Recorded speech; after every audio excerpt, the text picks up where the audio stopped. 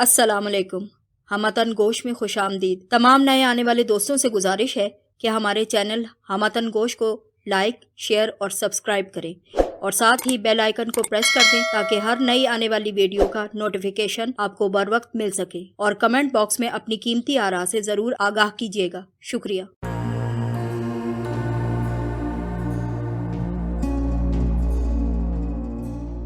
पेश खिदमत है तलाश किस्त नंबर 26।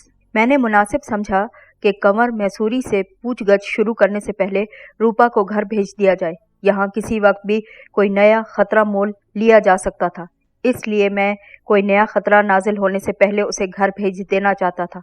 मैंने उसे उसी की कैडलक की चाबियां दे दी जिसमें वो लोग यहाँ तशरीफ लाए थे। तुम फौरन इस गाड़ी में बैठकर घर की तरफ रवाना हो जाओ। चाहो तो रास्ते में कहीं ये गाड़ी छोड़ देना और वहीं से टैक्सी किराए पर ले लेना, मैंने उसे हिदायत की। रूपा मुझे वहां छोड़कर जाते हुए कुछ हिचकिचाई, लेकिन मेरे समझाने पर रुखसत भी हो गई। तब मैं दोबारा कंवर मैसूरी की तरफ मुतवज्जो हुआ। मुझे वहीं अलमारी से एक छोटी सी कुल्हाड़ी भी मिल गई थी जो अब मेरे हाथ में थी। कंवर मैसूरी बिल्कुल निढाल और बेदम सा था। सबसे पहले तो ये बताओ कंवर मैसूरी कि तुम हो कौन, तुम्हारा असल नाम क्या है? मैंने उसका बाजू खींचकर उसके हाथ की उंगलियां फर्श पर फैलाते हुए पूछा। याद रखो कि अगर तुमने मेरे सवालात के जवाबात देने में हीलो हुज्जत की तो मैं पहले एक एक करके गाजर मूली की तरह तुम्हारी उंगलियां काटना शुरू कर दूंगा, फिर हाथ और फिर पाँव। मेरा असल नाम नश्चल है, वो तेजी से बोल उठा। कौमियत के एतबार से मैं नेपाली हूँ, लेकिन पला बढ़ा यहीं बम्बई में हूँ। चंद लम्हे तक हाँपने के बाद उसने सिलसिला कलाम जोड़ते हुए कहा, नौजवानी के ज़माने से ही मुझे ऊंचे दर्जे के बदमाशों की सोहबत मैसर आ गई थी और ज़ेरे ज़मीन सरगर्मियों में मैंने बड़ी तेज़ी से तरक्की भी कर डाली, लेकिन मेरी अपनी ही एक अलग लाइन बन गई थी, और वो ये कि मैं सिर्फ ऐसे मारूफ और मुमताज़ अफराद के कत्ल या अगवा में मुलव्विस होता था या फिर उनके लिए मखसूस होकर रह गया था, जिन पर आम बदमाश या तो हाथ डालते हुए डरते थे या वहां तक उनकी रसाई नहीं हो पाती थी। वो एक बार फिर हाँपने लगा और चंद लम्हे तक कुछ बोल ना पाया। फिर मैंने उससे पूछा, रूपा को तुम किसके लिए अगवा करते थे? विक्रम के लिए। वो सांस को एतदाल पर लाने की कोशिश करते हुए बोला, लेकिन हकीकत यह है कि विक्रम का भी इसमें कोई हाथ नहीं, वो भी ये काम किसी और के लिए करता है। चक्कर ये है कि हमारी दुनिया में मशहूर आदमियों के कत्ल या अगवा के भी ठेके चलते हैं। रूपा के कत्ल का ठेका विक्रम को काफी अरसा पहले मिला हुआ था। काम करवाने वाली पार्टी कौन है ये मुझे भी कुछ मालूम नहीं। विक्रम ने अपने कई गुर यहाँ पर आजमा लिए, लेकिन रूपा की या तो किस्मत अच्छी थी या हमले के वक्त कोई उसके आसपास मौजूद होता था, या फिर हमले गलत वक्त और गलत जगहों पर किए जाते थे। हर मर्तबा वो बच निकली।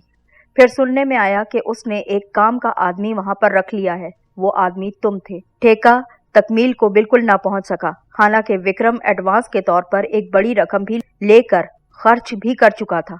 इस दौरान हालात में एक और तब्दीली ये आई कि विक्रम को पता चला कि एक अफ्रीकी रियासत का शहजादा लंदन में कहीं रूपा की एक फिल्म देख बैठा है और उस पर पागलपन की हद तक आशिक भी हो गया है। उसने चंद एक निहायत ऊंचे दर्जे के एजेंट से बात की कि अगर रूपा को उसके शबिस्तान की जीनत बनवा दिया जाए तो वो रूपा को 5 लाख पाउंड और एजेंट को माकूल कमीशन अदा कर सकता है। एजेंट ने टोह लगाई और हतमी तौर पर इस नतीजे पर जा पहुंचा कि रूपा उन फिल्मी अदाकाराओं में से नहीं जो गैर मुल्की रियासत या शहजादों वगैरह की इस किस्म की कोई पेशकश कबूल कर लेती है। तुम चाहो तो रूपा से तस्दीक भी करवा सकते हो कि एक मर्तबा अफ्रीकी शहजादे शोम्बई की तरफ से उसे अप्रोच करने की कोशिश की गई थी या नहीं। मुख्तसरन ये कि विक्रम को जब ये मालूम हुआ कि इस किस्म का कोई मौका मौजूद है और कोई उससे फ़ायदा उठा नहीं रहा, तो उसने एक तीर से 2 शिकार करने की ठान ली कि रूपा को मारने के बजाय उसे अगवा करके मालती मंदिर पहुंचा दिया जाएगा, जहां से अफ्रीकी शहजादा शोम्बई उसे खुद ही अपनी रियासत नकारा गोची लेकर चला जाएगा। ये उसकी जिम्मेदारी होगी। मैंने तफहीमी अंदाज में सर हिलाया। मालती मंदिर एक छोटा सा जजीरा था। माहम क्रैक की तरफ से समंदर में मालती मंदिर तक का सफर तकरीबन 8 मील का था। मैं कभी उस तरफ गया भी ना था, लेकिन मैंने सुना था कि जजीरे का कुछ हिस्सा किसी अफ्रीकी शहजादे की मिल्कियत है। जिसने वहां तकरीबन 50 एकड़ पर एक खूबसूरत महल बनवा रखा है और हिंदुस्तान में कयाम के दौरान वो वहीं पर ठहरता है। लेकिन मुझे ये बात बिल्कुल मालूम न थी कि वो कौन सी अफ्रीकी रियासत का शहजादा है और उसका नाम क्या है। अच्छा, तो विक्रम ने रूपा को फरोख्त करने का प्रोग्राम बना रखा था? मैंने उससे पूछा। नश्चल ने असबात में इशारतन जवाब देने की कोशिश की और एक बार फिर कराह कर रह गया। वो दोनों पार्टियों से पैसे खरे करना चाहता था। जिस पार्टी ने रूपा को मरवाने का ठेका दिया था उससे विक्रम ने 50,000 रुपए एडवांस ले रखा था और काम मुकम्मल होने पर उससे 2 लाख का वादा किया गया था। अगर उसने शोम्बई से भी पैसे खरे कर लिए होते तो उसकी कई नस्लों के मसाइल दूर भी हो जाते, बशर्ते कि उसकी नस्लें इस दुनिया में आने में कामयाब हो जाती, तब ही ना। आजकल चूंकि वो सख्ती से पुलिस और सीआईडी की नज़र में है इसलिए चुपचाप है, इसलिए वो खुद किसी काम में हाथ नहीं डालता। ठेका दर ठेका सिस्टम उसने चला रखा है और उसी सिस्टम से काम चलाता है और इसमें लंबे लंबे नोट भी कमाता है। दुनिया के हर मुल्क की करेंसी उसके ब्रीफ केस में हर वक्त मौजूद रहती है। शिमला के एक शराब खाने में मेरी जब उससे मुलाकात हुई और उसने मुझे इस ठेके की पेशकश की तो कम से कम 1 लाख रुपए की उसने दोनों हाथों में हीरों की अंगूठियां पहन रखी थी। 25,000 का गले में लॉकेट पड़ा था, फ्रांस का सिला हुआ सूट था और बस करो बस, मैंने हाथ उठाकर कहा। उसके सारे जेवरात वगैरह की तफसीली रिपोर्ट बताने की कोई ज़रूरत नहीं। वो मर्द है या कोई नौब्याहता दुल्हन जो इस तरह जेवरात चढ़ाकर घूमता है, ये तो तुम्हें तब मालूम होगा जब तुम्हारा उससे सामना होगा। नश्चल ने कदरे मरूबियत ज़दा लहजे में कहा। उसकी आंख बंद हुई जा रही थी। वो बसत कोशिश उसे खुली रखना चाहता था। दफतन वो निहायत नहीफ लहजे में बोला, मुझ पर बेहोशी तारी हो रही है। तुम्हें तुम्हारे खुदा का वास्ता मुझे जल्द ऐसी जगह पहुंचा दो जहां कोई तिब्बी इमदाद मिल सके। तिब्बी इमदाद लेने का इतना ही शौक था तो लड़ने की ज़रूरत क्या थी तुम्हें? मैंने तंजिया लहजे में कहा। फिर कदरे तशफ़ी आमेज लहजे में कहा, बेफिक्र रहो, मैं तुम्हें मरने नहीं दूंगा। ये रशी कौन है? उसने गर्दन तिरछी करके एक नज़र औंधे पड़े रशी को देखने की कोशिश की, जिसके मुंह से लहू एक पतली सी लकीर की शक्ल में बहता हुआ अब खुश्क हो चला था तो मेरा ही आदमी, लेकिन बहुत दिन से इसके दिल में आज़ादाना काम करने की एक बहुत बड़ी ख्वाहिश मचलती थी। उसके कुचले हुए होंठों में हरकत सी पैदा हुई। मैंने एक नज़र घड़ी पर डाली। विक्रम 1 बजे आएगा ना? उसका जवाब असबात में था, मगर नकाहत के मारे सिर्फ हुंकारा भर कर रह गया। उसकी आंख अब बंद होती चली जा रही थी और उसे खुली रखने की अब उसमें सकत बाकी न थी। वो तन्हा होगा ना? मैंने उसका कंधा हिलाते हुए उससे जोर से पूछा। उसका जिस्म अब बिल्कुल ढीला ढाला पड़ चुका था, भीगी हुई रुई की तरह ढीला। उसने पहले से मध्यम हुंकारा भरा। मैं आ गया हूँ दोस्त।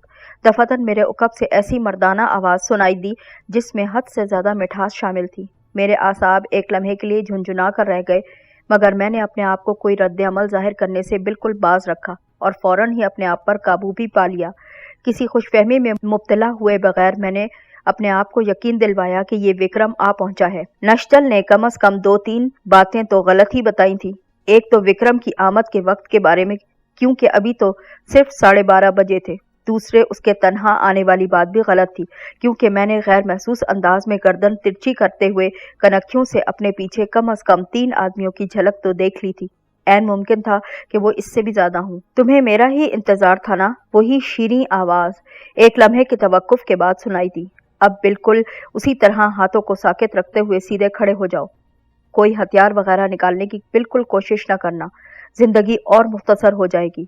फिर उसके एक तवील सांस लेने की आवाज़ सुनाई दी। शायद उसकी नज़र अब नश्चल पर पड़ी थी, क्योंकि उसने मुतअस्सिफाना लहजे में कहा, नश्चल जिंदा है या फिर मर गया? मैं कोई जवाब दिए बगैर आहिस्तगी से सीधा खड़ा हो गया। तब उसने खुद नश्चल को पुकारा, मगर उसकी तरफ से कोई जवाब न आया। नश्चल का ये हशर तुमने ही किया है ना? मुझसे पूछा गया। लहजे में तहय्युर या बेचैनी की झलक बिल्कुल न थी। ये महज एक सीधा सादा सा सवाल किया गया था मुझसे। मैंने अब भी कोई जवाब न दिया तो उसके लहजे की शीरीनी कुछ कदरे कम हुई। क्या बंद गोभी की तरह मुंह फुलाए खड़े रहोगे यहाँ पर? जरा इधर घूम तो जाओ, मैं भी तो तुम्हारे दर्शन करूं। बातें ही बातें सुनी है तुम्हारी।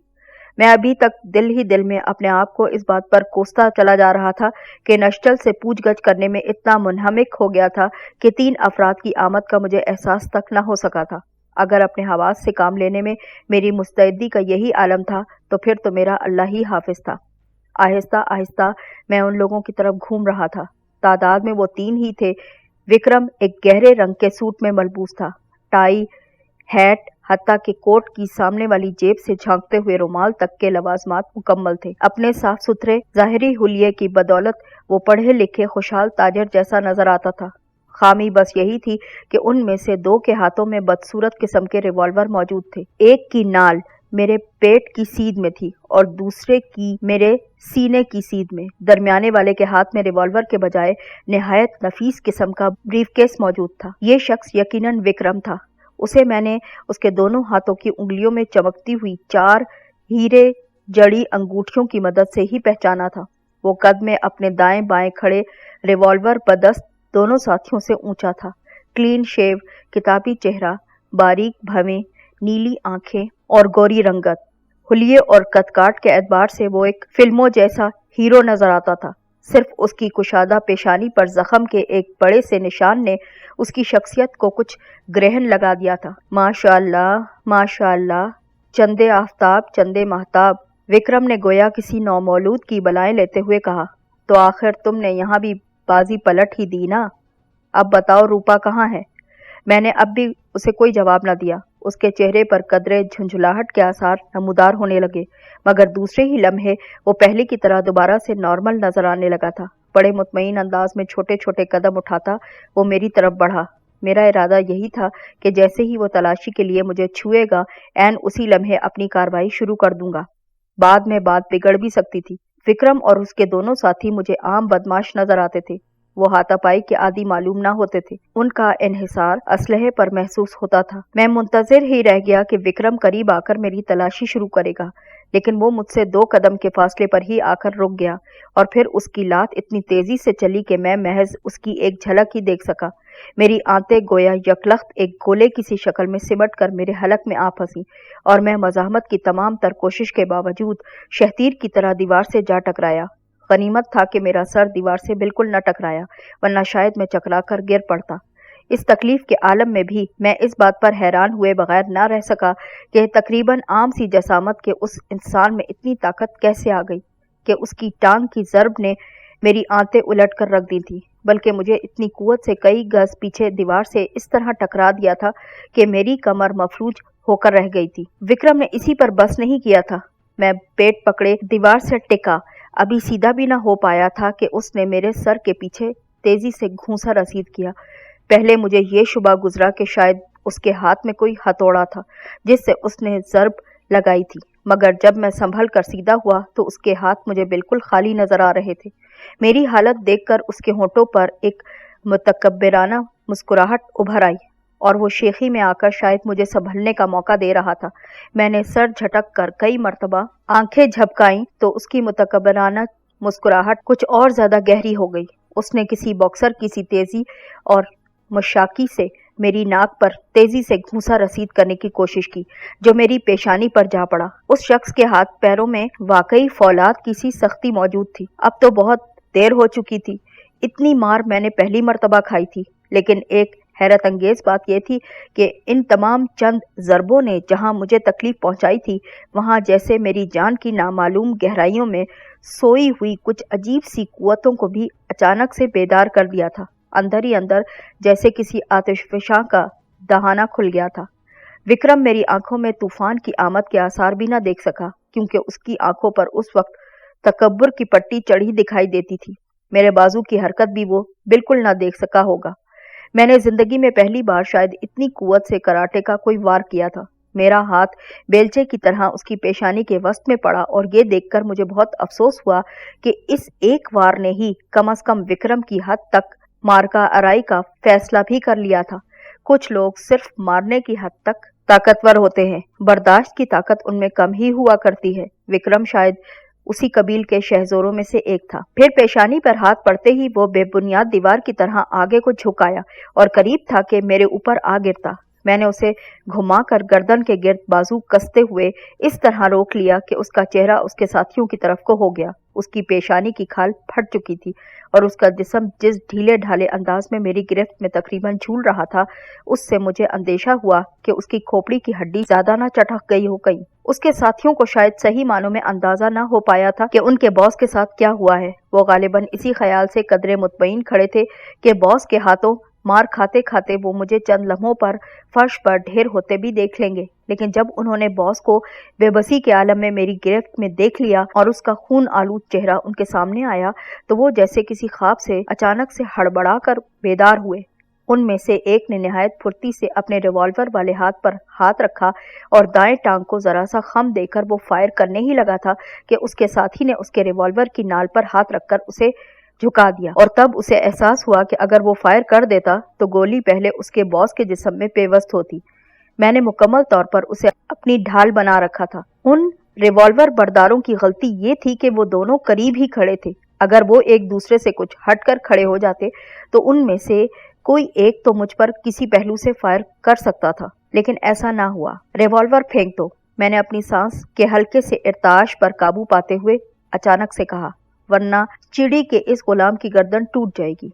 गैर इरादी तौर पर मेरे लहजे में एक लोफराना सी शोखी भी आ गई थी। मैंने दोनों रिवॉल्वर बरदारों के चेहरे पर उलझन के आसार देखे तो विक्रम की गर्दन को एक खास अंदाज में हल्का सा झटका दे दिया। हड्डी की कड़कड़ाहट उन्होंने भी सुन ली थी। इसकी गर्दन टूटने लगी है, मैंने कदरे बुलंद आवाज में कहा, और शायद तुम्हें इल्म ना हो इसलिए बता दूं कि गर्दन टूटने के बाद आदमी मर जाता है। उन्होंने मशवरा तलब नजरों से एक दूसरे की तरफ देखा तो मैंने विक्रम की गर्दन को उसी अंदाज में एक और हल्का सा झटका दे दिया।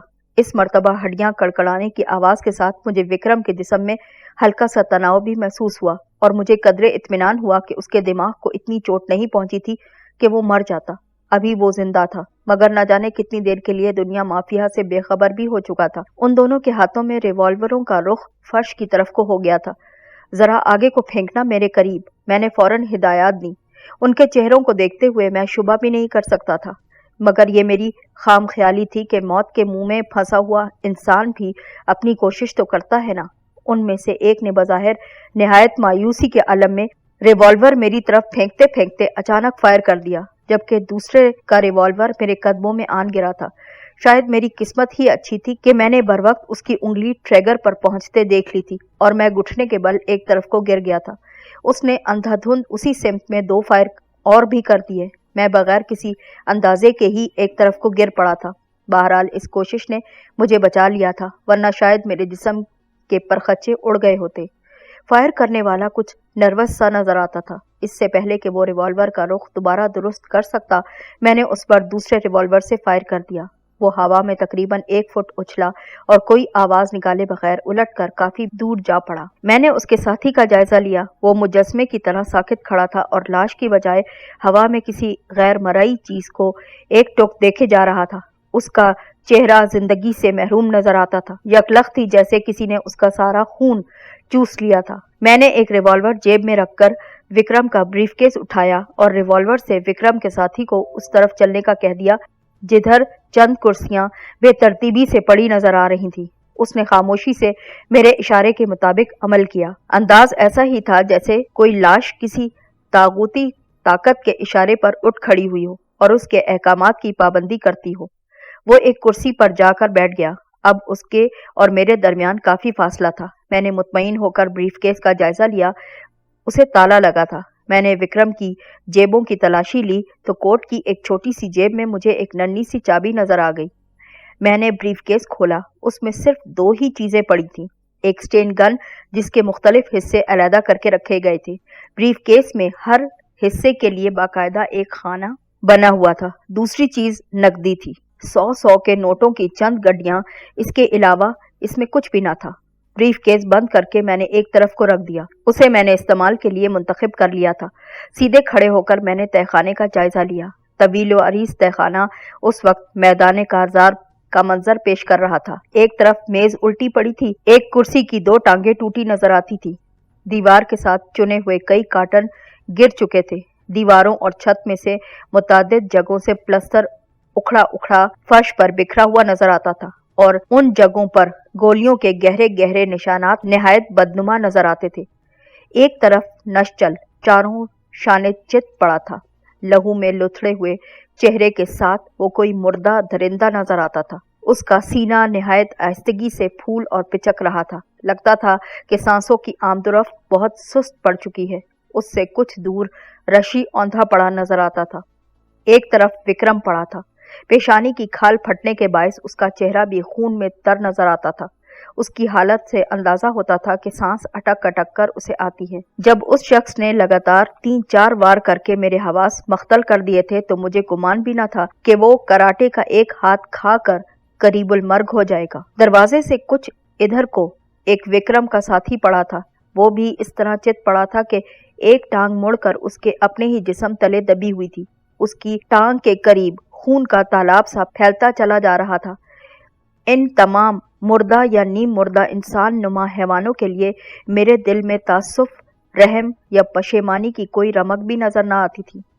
रिवॉल्वर को उंगली से घुमाते हुए मैं उस शख्स के करीब जा पहुंचा जो अब तक की कशमकश में न सिर्फ जिंदा था बल्कि उसके सूट पर शिकन तक न आई थी।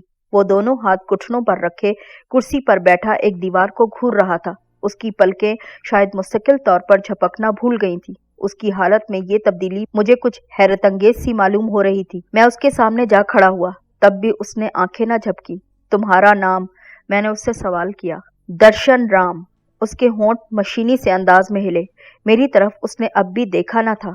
दर्शन राम, मैंने जूते की नोक उसकी कुर्सी पर टिकाते हुए कहा। मुझे ना तो ज्यादा कुछ जानने से दिलचस्पी है और ना ही मेरे पास बहुत से सवालात करने के लिए वक्त है। मुझे सिर्फ ये जानने से दिलचस्पी है कि रूपा को हलाक करने के लिए विक्रम की खिदमत किसने हासिल कर रखी थी। वो एक अमीर कबीर और फैशनेबल बुढ़िया है। उसका नाम, पूरा नाम तो मुझे मालूम नहीं, लेकिन सब लोग उसे मनोरमा कहकर बुलाते हैं। उसके होंठ कल पुर्जों की तरह यकसा रफ्तार से हिल रहे थे और बहुत ही मध्यम सी आवाज बरामद हो रही थी। मुझे कान लगाकर सुनना पड़ता था। जिस बेसाख्तगी से वो बोल रहा था, इस बात से तो मुझे यकीन हो चला था कि वो बिल्कुल झूठ नहीं बोल रहा। मैंने विक्रम के साथ सिर्फ एक ही मर्तबा उसे उसके घर के करीब देखा था। वो कहता था, जब हम एडवांस की रकम लेने वहां गए थे तभी उसे देखा था। घर का पता क्या है? जल्दी बोलो, मैंने उससे पूछा। 13 कश्मीर बिलवर्ड। उसने रटे रटाए सबक की तरह दोहरा दिया। एड्रेस बहुत मुख्तसर और आसानी से याद रहने वाला था। कश्मीर बिलवर्ड और उससे मुल्हिका इलाका इस लिहाज से मुनफरिद था कि यहाँ सिर्फ ऐसी कोठियां मौजूद थीं जिनका रकबा फुट या गजों में नहीं बल्कि एकड़ में था। ऊंचे ऊंचे दरख्तों में घिरी हुई उन तमाम कोठियों की असल इमारत यूं तो छुपी रहती थी जैसे सड़क से गुजरने वालों को ये इलाका महज एक खूबसूरत जंगल ही मालूम होता था जिसमें बहुत सी तवीलो अरीज चार दीवारियां खींच दी गई हूँ। मेरी समझ में नहीं आता कि अब तुम्हारा क्या करूं। मैं दर्शन राम की तरफ देखते हुए खुद कलामी के से अंदाज में बुड़बुड़ाने लगा। तुम मुझे मार ही डालो। उसने अब उचटती सी नजर मुझ पर डालकर अपने मुर्दा साथी की तरफ देखते हुए कहा, कृष्ण राम के बगैर जीने का क्या फायदा? बड़ा प्यार था तुम्हें अपने साथी से। मैंने उसके चेहरे पर फैली हुई वीरानी को कदरे हैरत से देखा। वो मेरा साथी नहीं, सगा भाई था। दफतन जैसे वो फट पड़ा। बचपन से अब तक हम हमेशा इकट्ठे रहे थे। हर अच्छा बुरा काम हमने मिलकर ही अंजाम दिया था और हमारा अहद था कि साथ जिएंगे और साथ मरेंगे। वो दोनों हाथों में मुंह छुपाकर बच्चों की तरह बिलक बिलक कर रोने लगा। ओह, मेरे होंठों से सीटी की सी आवाज निकली। मैं उसकी हिचकियों के साथ लहराते हुए जिस्म को देखता जा रहा था, मगर मेरे दिल में उसके लिए कोई नरम गोशा बिल्कुल पैदा ना हो सका। फिर तो मुझे भी बहुत अफसोस है कि मैंने ऐसी अदीमुल मिसाल जोड़ी तोड़ दी। मैंने हमदर्दाना लहजे में कहा, तुम दोनों का शुमार तो शायद अनकरीब दुनिया के 8वें अजूबे के तौर पर होने लगता। कम अज कम मैंने तो आज तक 2 भाइयों में इतनी यगानगत नहीं देखी। फिर मैंने जैसे कुछ सोचते हुए कहा, बहरहाल अगर तुम्हें इतना ही दुख है तो मैं तुम्हारी एक मदद जरूर कर सकता हूँ। ये लो रिवॉल्वर और खुदकुशी कर लो। बकौल तुम्हारे अब जीने का क्या फायदा? मैंने जेब से रिवॉल्वर, जो गालिबन उसका अपना ही था, उसे निकालकर उसकी तरफ बढ़ा दिया। मुझे यकीन था कि ये रिवॉल्वर मिलते ही वो भी अपने भाई की तरह जिंदगी और मौत की कशमकश में एक आखिरी और फैसलाकुन कोशिश जरूर करेगा, यानी मुझ पर गोली जरूर चलाएगा, और मैं इसके लिए तैयार भी था। اسے ریوالور دیتے وقت میں اپنے بچاؤ کے لیے پوری طرح سے تیار تھا اور اس کی انگلی ٹریگر تک پہنچنے سے پہلے میں اس کے سینے میں گولی اتار دینے کی پوزیشن میں بھی تھا، مگر میں اس کے بچاؤ کے لیے تیار نہ تھا، اس لیے وہ اپنا کام کر گزرا۔ اس نے واقعی ریوالور کی نال کن پٹی پر رکھ کر بلا تعمل ٹریگر دبا دیا۔ اس مرتبہ فائر کا دھماکہ پہلے سے بھی کچھ کم تھا، اور جو تھا اس سے بھی زیادہ آواز اس کی کھوپڑی کی ہڈی کے پاش پاش ہونے کی آئی تھی۔ دوسرے ہی لمحے وہ کرسی سے نیچے میرے سامنے اس عالم میں ساکت پڑا تھا کہ اس کی کھوپڑی کا آدھا بالائی حصہ تقریباً غائب تھا اور باقی شکستہ حصے سے یوں بھل بھل خون ابلتا تھا جیسے لاکھوں شریانوں کے منہ اچانک سے کھل گئے ہوں۔ اپنا حلیہ کافی حد تک درست کرنے کے بعد میں نے تہخانے پر ایک الوداعی نظر ڈالی اور وہاں سے نکل کھڑا ہوا۔ وکرم کی جیبوں سے مجھے بریف کیس کی ننھی سی چابی کے علاوہ کار کی چابیوں کا ایک گچھا بھی نظر آیا تھا۔ میری توقع کے مطابق کار گلی میں کھڑی تھی۔ یہ ایک سلور گرے رنگ کی کار تھی، نہایت شاندار اور باوقار سی گاڑی تھی۔ اس کی ہیڈ لائٹس بڑی بڑی اور سرچ لائٹ سے مشابہ تھیں۔